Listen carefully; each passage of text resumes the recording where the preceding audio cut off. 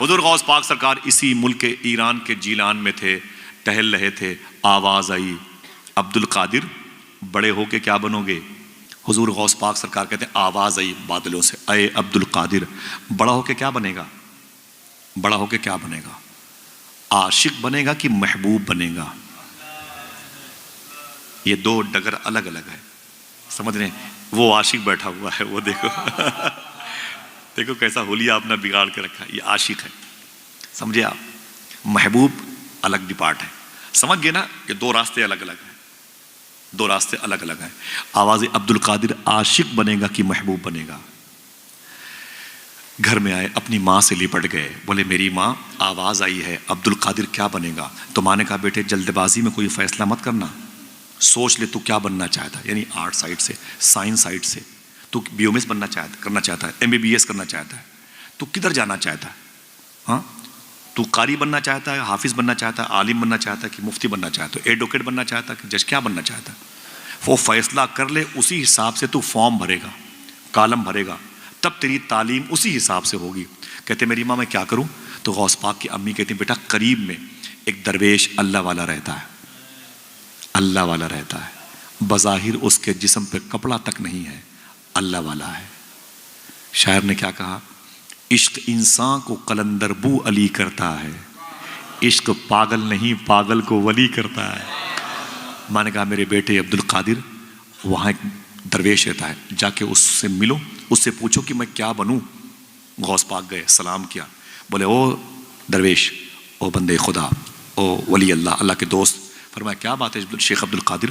غوث پاک فرماتے میں عاشق بنوں کہ محبوب بنوں؟ اس نے کہا آج جائیے، کل آئیے گا تو جواب مل جائے گا۔ غوث پاک کی رات رونے میں گزری، کل میری مستقبل کی تقدیر کا فیصلہ ہے، میں عاشق بنوں کہ محبوب بنوں؟ صبح ہوئی، جلدی اٹھے، اپنی ماں سے اجازت لی، اسی درویش کے پاس آئے، وہ وہاں نہیں تھا۔ فرمایا کدھر گیا بھائی؟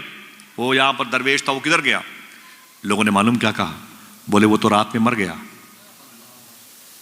فرمایا مر گیا؟ ہاں اس کا انتقال ہو گیا، وہ مر گیا۔ بولے پھر کہاں دفن کیا؟ معلوم کیا کہا لوگوں نے؟ ہمیں اس کے مذہب کے بارے میں علم نہیں تھا۔ اتنے خاص ہوتے ہیں اللہ کے، کچھ ایسے بندے جنہیں اللہ کے بندے پہچانتے تک نہیں ہیں۔ فرمایا پھر؟ کہا پیروں میں رسی باندھ کر کے ہم نے اسے وہ کھجوروں کی باغ میں وہاں پہ جنگل کے ایریے میں جا کے چھوڑ دیا ہے، اس کی لاش کو چیل کوے نوش کے کھا رہے ہیں، چیل کوے نوش کے کھا رہے ہیں۔ ایک کتاب میں جملہ لکھا ہوا، کتاب میرے گھر پہ، اس میں یہ بھی لکھا ہوا ہے کہ اس کی لاش کو کتے بھی نوش کے کھا رہے تھے۔ اللہ اکبر اللہ! یہ عشق نہیں آسان، بس اتنا سمجھ لیجئے ایک آگ کا دریا ہے اور ڈوب کے جانا ہے۔ عشق کسے کہتے ہیں؟ پوچھو امام حسین سے۔ عشق کسے کہتے ہیں؟ پوچھو بلال حبشی سے۔ عشق کسے کہتے ہیں؟ پوچھو سلمان فارسی سے۔ کوئی خبیب سے پوچھے، بلال سے سمجھے سزائے الفت سرکار میں مزہ کیا ہے۔ ہاں میرا امام کہتا ہے کہ اے دل یہ سلگنا کیا، جلنا ہے تو جل بھی اٹھ، دم گھٹنے لگا ظالم کیا دھنی رمائی ہے۔ اے عشق تیرے صدقے جلنے سے چھٹے سستے، جو آگ بجھا دے گی وہ آگ لگائی۔ عشق رسول کی آگ بڑی عظیم ہوتی ہے۔ میرے آقا غوث پاک فرماتے کہاں ہے؟ بولے اس کے پیروں میں رسی باندھ کے ادھر پھینک دیا۔ غوث پاک آگے بڑھے جلال کے عالم میں، فرمایا او بندے خدا، او عرب کے دوست، او رب کے دوست، سن، مجھ سے کل کہا تھا کہ کل آؤ گے جواب مل جائے گا، رات میں نکل لیے۔ ولی وعدہ خلاف نہیں ہوتا، ولی وعدہ شکن نہیں ہوتا، ولی وعدے کو وفا کرتا ہے۔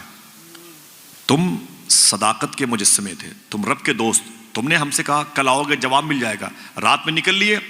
نوچی ہوئی لاش سے آواز آئی، عبد القادر میں نے کہا تھا کل آؤ گے جواب مل جائے گا، کیا چاہتے ہو؟ حضور غوث پاک نے فرمایا میں عاشق بنوں کی محبوب۔ نوچی ہوئی لاش سے آواز آئی، اے عبد القادر اگر محبوب بننا چاہتے ہو تو محبوب کی آؤ بھگت بہت ہوتی ہے، اس کی تعظیم بہت، اس کی خاطر مدارت بہت ہوتی ہے، اس کے ناز بڑے اٹھائے جاتے ہیں، ناز برداری ہوتی ہے، اس کے ناز نخرے بڑے اٹھائے جاتے ہیں، پورا گھرانہ اسی کے پیچھے ٹہلتا ہے۔ اگر محبوب بننا چاہتے ہو تو پوری دنیا تم سے محبت کرے گی، اور اگر عاشق بننا چاہتے ہو دیکھ لو تمہارے سامنے عاشق کی لاش پڑی ہوئی ہے۔ اتنا سنا تو غوث پاک سرکار نے مٹھیاں بند کی، اپنے دونوں ہاتھوں کو اٹھایا آسمان کی طرف، فرمایا اللہ اکبر اللہ اکبر اللہ اکبر اللہ اکبر۔ سن او مرد خدا، اگر عاشق بننے میں اتنی ہی دشواریوں کا سامنا کرنا پڑتا ہے تو عبد القادر عاشق بن کے دکھائے گا، عبد القادر عاشق بن کے دکھائے گا۔ جیلان کی زمین سے رخصتی کا وقت ہے، 18 سال عمر ہے غوث پاک کے۔ کتنے؟ اپنی ماں کے گھر کے آنگن کے 60 سال کی عمر میں پیدا ہونے والے سب سے مبارک بہار کا نام عبد القادر، 18 سال کی عمر ہے غوث پاک کی۔ اپنی ماں کے پاس آئے، بولے امی، کہا کیا بات ہے؟ کہا میری ماں، کہا کیا بات ہے؟ کہا میں بغداد شریف جانا چاہتا ہوں۔ کہا کیوں؟ کہا کہ میں وہاں ایک مدرسے میں تعلیم حاصل کرنا چاہتا ہوں۔ ماں نے بیٹے کو سینے سے لگا لیا، رو کے بولی میرے بیٹے عبد القادر جا، تو میری خدمت کے لیے نہیں پیدا ہوا، تو اپنے نانا کے دین کی خدمت کے لیے پیدا ہوا، تو میرا پہلا اکلوتا بیٹا ہے، جا میرے بیٹے سچ بولنا۔ غوث پاک کی امی نے کہا تھا سچ بولنا، جا میرے بیٹے جا۔ پھر رو کے بولی اے میرے بیٹے، تیری اور میری بجسم آخری ملاقات ہے، کون ماں چھوڑے گی اپنے جوان بیٹے کو؟ 18 سال کی عمر کی، ایک گاڑی کمائی تھی مخدومہ فاطمہ ام الخیر کی، لیکن حضور کے دین کی محبت میں چھوڑ دیا۔ کہتی جا میرے بیٹے جا، تیری اور میری آخری ملاقات ہے، اس کے بعد بجسم ملاقات نہیں ہوگی میرے بیٹے۔ لیکن ایک بات سن۔ کہا کیا؟ کہتی ہیں کہ آپ کے ابو شیخ موسیٰ جنگی دوست نے ایک تحفہ تمہارے نام کا، امانت تمہارے نام کی میرے حصے میں رکھی ہے۔ کہا وہ کیا ہے؟ تو غوث پاک سرکار کی امی کہتی ہیں میرے بیٹے وہ ایک دعا ہے، ایک دعا ہے جس دعا کو پڑھنے کے لیے مجھے یہ کہہ کے تمہارے باپ نے دیا تھا میرے بیٹے عبد القادر کو دے دینا، وہ امانت تو لے جا۔ غوث پاک نے اس امانت کو، اس دعا کو لیا، یاد کر لیا۔ 90 سال کی عمر ہوئی غوث پاک کی تو اپنے بیٹے سے کہنے لگے اے میرے بیٹے، بغداد شریف میں بڑھاپے کی وجہ سے میں نے سارے وظیفے پڑھنا بند کر دیے، لیکن وہ وظیفہ میں نے کبھی بند نہیں کیا جو مجھے میری ماں نے بتائے تھے۔ پھر ایک جملہ خوشخبری کے طور پر فرماتے ہیں حضور غوث پاک سرکار فرماتے ہیں سنو میرے بیٹو، میرا ولایت کی دنیا میں جو پرموشن ہوا ہے اسی وظیفے کی بنیاد پر ہوا ہے۔ یہ وظیفہ مجھے شبیر بھائی، عرفان بھائی، جس نے مجھے دیا تھا، 25,000 لوگوں نے اس کے ہاتھ پر اسلام قبول کیا ہے۔ ہر نماز کے بعد اسے 11 مرتبے پڑھنا چاہیے، اللہ توفیق دے تو انشاءاللہ، اگر کہو تو اس مبارک مجلس میں پڑھ لیا جائے، دل کہے تو اسے ریکارڈ کر لے۔ بہت ہی چھوٹا سا ہے، بہت عظیم وظیفہ، وظیفہ غوث اعظم کہلاتا ہے، سمجھ رہے ہیں؟